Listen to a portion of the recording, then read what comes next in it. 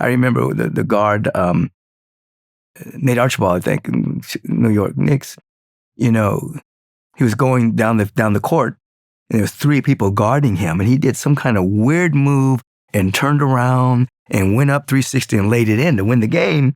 And when the announcer asked him, how did you know to do that move? He said, I didn't. He said, that move took me over because it was the only move that could happen to get through 3 people. So it was an intuitive intelligence that took him over, the zone, the flow. So yeah, I know we're surrounded by divine intelligence, not divine intellect, but divine intelligence. And it uses the intellect, uses the physical body, uses the mind to like weave through whatever's going on to reveal a healing, a destiny, a slam dunk, a poem, a medical incision. You know, a doctor, I was reading about a doctor who had to do a very intricate surgery on an infant's heart. And he said he prayed, and it was, the procedure took hours, but he said for him it was like 5 minutes. And they were patting him down, you know, with the sweat. But he said he felt something on his hand guiding him, and he was able to do this surgery. So whether it's that or a slam dunk, you know, there's this intelligence of love just flowing through us if we allow it to take place, you know. Yeah. Yeah, I would like to get your perspective on that, because allowing it to take place sounds really nice and something that I think everybody would wants to experience more of in their life.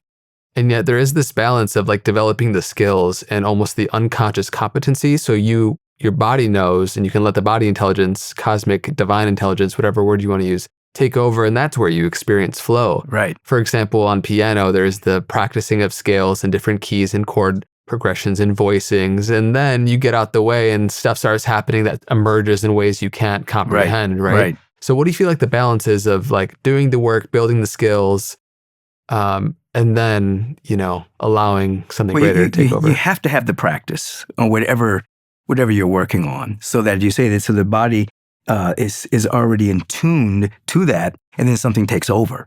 You know, and there are people that have natural ability, to say natural ability. Yeah, like more savants. Yeah, but a lot of times people who have natural ability don't develop their highest capacity because it's come so easy for them.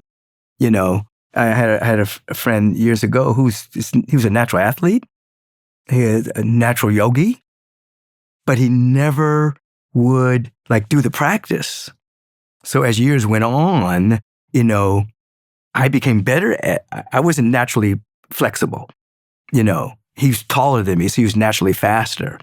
But as we went on in our life, you know, I ran varsity track. I was undefeated on my mile relay leg. You know, I became very flexible in yoga, and he stayed pretty much the same. He was a natural, but he didn't develop the practice to actually activate his potential. So I think that whatever skill we're trying to develop, you have to practice it. Yeah. You know, I like to practice meditation.